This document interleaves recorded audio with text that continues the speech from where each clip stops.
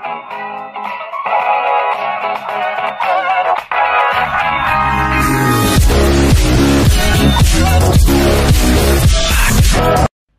is up, guys? Kiwi Bro here, back at you with another Fortnite video. Now today, this video is my top 10 tips on how to be a better Fortnite player. Now if you apply all the tips that I give you, I guarantee that it's going to improve your gameplay.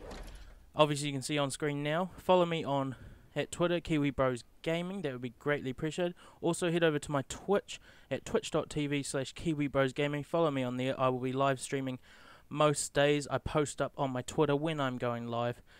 It would be greatly appreciated if you could go over there and follow me on Twitch to help me get that Twitch affiliate status, guys. Right, so into the tips. Now, these are not necessarily in order of importance. They're just how I've written them down, and I'm going to read them off to you and give a little bit of explanation on why I believe this tip can help you and how to implement it. Sorry about that, guys, I'm a bit tired. Alright, so tip number 10. This one is kind of very basic, easy to apply, but needs a lot of practice, which is learn to use the pump shotgun. Now, I know a lot of people don't like using the pump shotgun because of the slow cock time on the weapon, and now with the changes on the guns, with the switch delays, it makes it a little bit harder. But if you can learn and adjust to using the pump, green or blue, and getting headshots with it, honestly guys, it will improve your gameplay 100%. It is a very, very good weapon, and if utilized properly, it's going to help you a lot. Now this can take a long time, or you may get it the first time. You want to... The best way to get headshots with the pump is honestly adjusting your sensitivity to something that gives you a better, faster range of motion up and down. Obviously when you're getting into a shotgun battle, you're either in a build battle, which is not very common on console, but very, very common on PC. Otherwise, you're normally just jumping up and down in circles, having a shotgun off, or whatever weapon you're using to try and kill the other opponent. But you want to be able to use the pump effectively and bang out those headshots, guys. So to do this, you need to account for where the player's head is going to be, and you want to be able to quickly drag scope, as if you're quick scoping, and drag scope it to their head. This is the most effective way to kill an opponent with the pump shotgun. You can use the pump tack method. It's not as effective now due to the weapon switch delay that was implemented with the last patch, but if you can build in between your shots or get that height advantage, it is well worth giving a go. I believe if you shoot once with the pump, 3 times with the tack, and switch back to the pump, you don't have to cock it again. But that may have been fixed, and I personally don't really use the pump tack option because of the new weapon delay. But it is an option you could look at. Now obviously, if you get a blue tack shotgun, take that over a pump any day, especially in the later game, because you're not going to be really getting into any close-up battles late game. They're going to be generally fort-on-fort battles. Alright, moving on to tip number 9. It's learning to prioritize your meds. Now, I know this is a hard one on what meds should I hold, especially in solos, because you kind of want to take everything. This is how I believe you should prioritize your meds. So the first thing is bandages, then chug jug, then slurp, then medkits, then half pots, then mini pots. Now this also depends on how many you have. Obviously with the bandages you can stack 15, but they can only bring you up to 75 health max. So beneficial beginning game, end game, not that beneficial. Now with the chug jug, it's a one-off use. It brings you up to full health, but it takes up a whole slot and you can't stack them.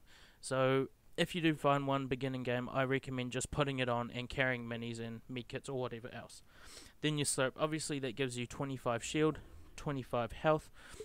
it's neither here nor there. You can stack them. I think you can stack 2, maybe 3. I'm unsure on that, guys. So if you want to correct me on that, just leave a comment down below.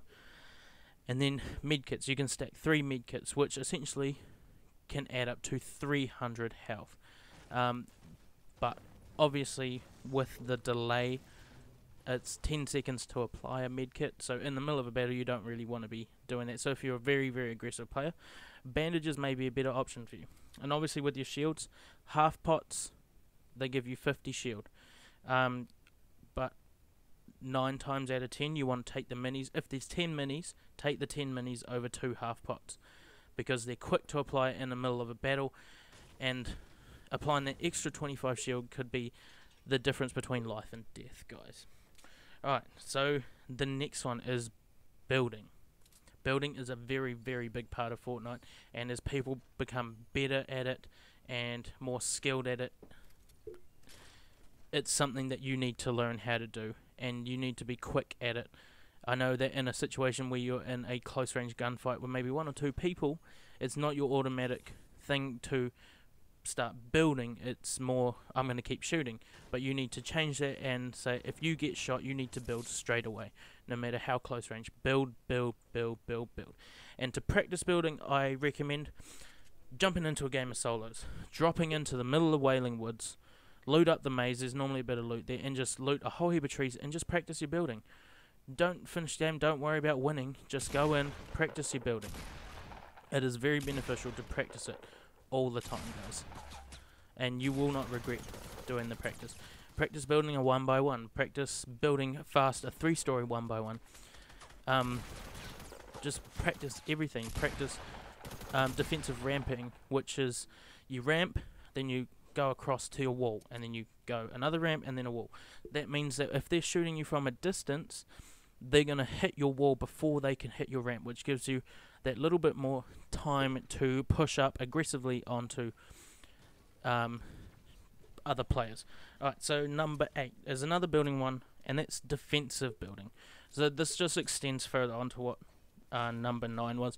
Defensive building, you want to be fast at this. You want to be able to build a real fast fort. You may have to trap yourself in to heal up, or you may need to quick build, infinite build, which infinite building is basically where someone's shooting at your wall, and as soon as the wall breaks, you put up another one, or a floor, or a ramp, or whatever you need to do. This is something you need to practice. Constantly building, infinite building can save you. You can infinite build till the clip runs out, build, edit a hole, get that headshot. Number 7 is, where are we? 6. This further extends onto building offensive building. So if you're an aggressive player, you really need offensive building. Obviously, the best thing to do is ramp and get high ground. Fortnite is all based on high ground. Whoever's got the high ground is pretty much going to win the fight, because they can see your head, whereas you can only see their feet. If you're offensively building, build 3 up. All I recommend is 3 up, because if you fall from a 3-block fall, you don't take any fall damage. Build 3 up. Build yourself a 1x1 and then start shooting. Many times that they might build up to you. Make sure that you build over them. Build around yourself. If they're building up to you and your ramps meet, make sure your ramp goes over top. Then they have to build flats to go around. Then you can build a 1x1 around yourself and defend yourself, and then start attacking from the higher ground. Right, number 5 is practicing with all the weapons. Now this one's pretty self-explanatory, but basically when you drop in to Fortnite, you don't know what weapons you're going to get. 9 times out of 10, the first chest that you open is going to have a grey AR or a grey SMG. You need to practice with these weapons, because practicing with the worst weapons is the best way to be the best player. You need to learn how they act, you need to know how long a clip's going to last, and just get that instinct going with all of the weapons. This is very, very key to being a good Fortnite player. As I said earlier, learn the pump, learn all the guns. Now with one-shot accuracy, this is going to help. Learn how long the cooldown is between the one-shot accuracies. Because if you can get someone in the open and hit them with 3 headshots with a 1-shot accuracy, you're going to kill them, no matter how much shield they've got. So basically, just practice with all the weapons, so that when you land, if they've got a shotgun, you've got an SMG, learn how to maneuver with it. Try and get yourself behind a wall, but have a right-hand peek. That sort of stuff. Alright, this next one, number 4, is more based on if you are running squads or duos, and this one is callouts. This is very, very key in the squads or duos. Not in solos, you're not going to have to be calling out to anyone. So it goes. So basically, when you're calling out, you want to be clear, and you don't want to have to repeat yourself, because that sort of time can really affect your attack. So basically, if you're looking over west and you see someone west at whatever number it is, you call that number out exactly, and you say moving right or left. So you'll call out maybe east 150 moving right. That way that your teammates can all put their attention over there. If you're playing squads, 9 times out of 10 the whole squad is going to be in that area. This is not always guaranteed. A lot of times you do a call out, you see 2 dudes, and then the other 2 have flanked and pushed up behind you, and you just get dicked. And that's the only way to put it. So make sure that your callouts are clear and concise, and that all of your teammates know what's going on, because you don't want to be stuck in a battle and not told your team, and then you go down, and then the whole squad pushes up on you, and your team is toast. And this is a downfall for a lot of people, in my personal opinion, is not giving clear callouts.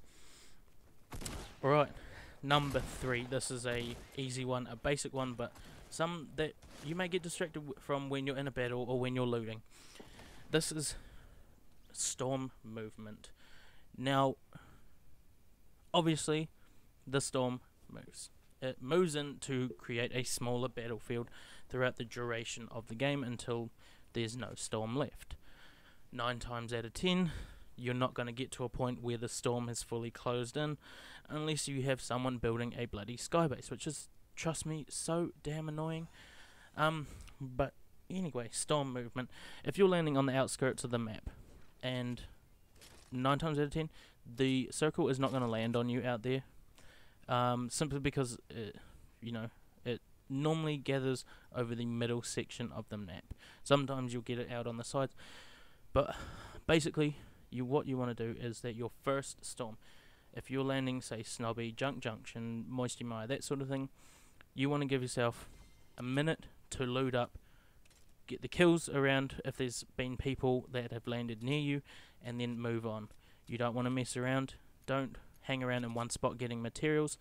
Get your 1 hits and move on and get out of there. That's the simplest way that I can put it for you guys. I think on average 10 people per game die to the storm. This is not 100% fact. I'm just going off the top of my head from what I see in the kill feeds. A lot of people die in the storm. They're fighting in the storm.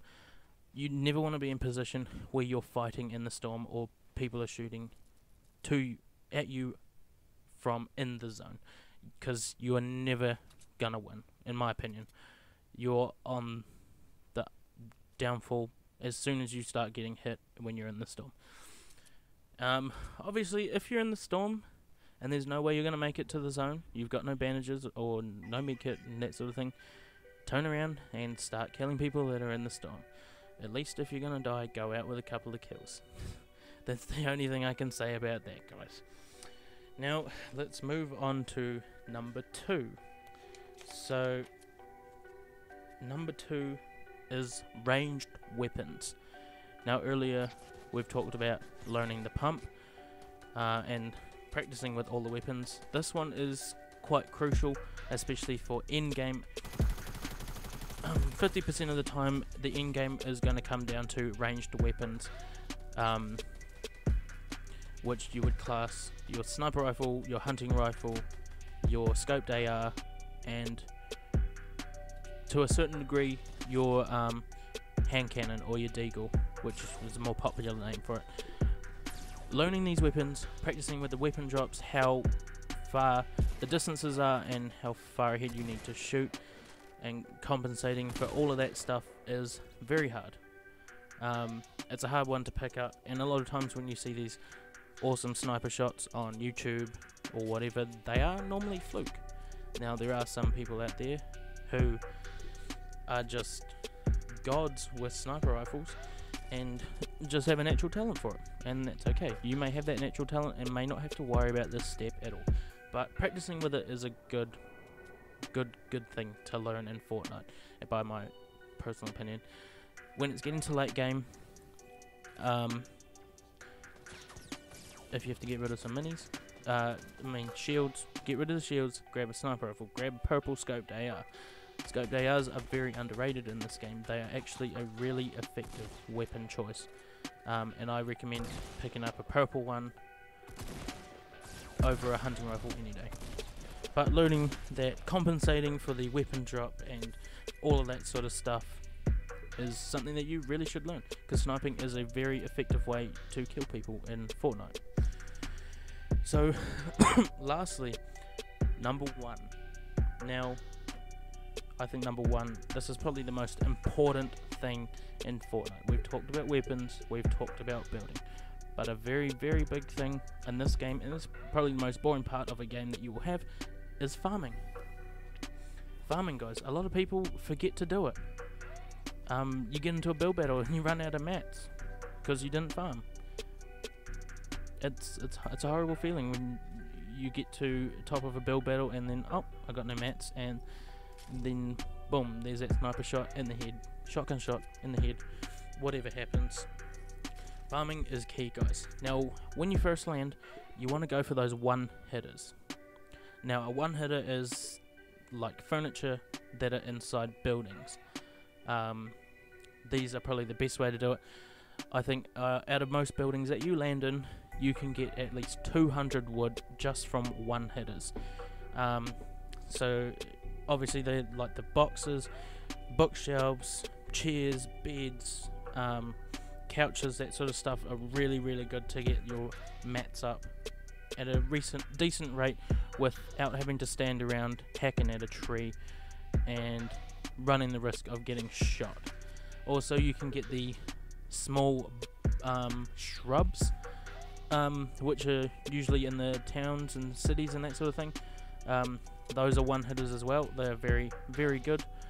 But yeah, guys, that's my top 10 tips for Fortnite. I hope you guys have enjoyed the video. I have been your Kiwi Bro, and I am out. Peace.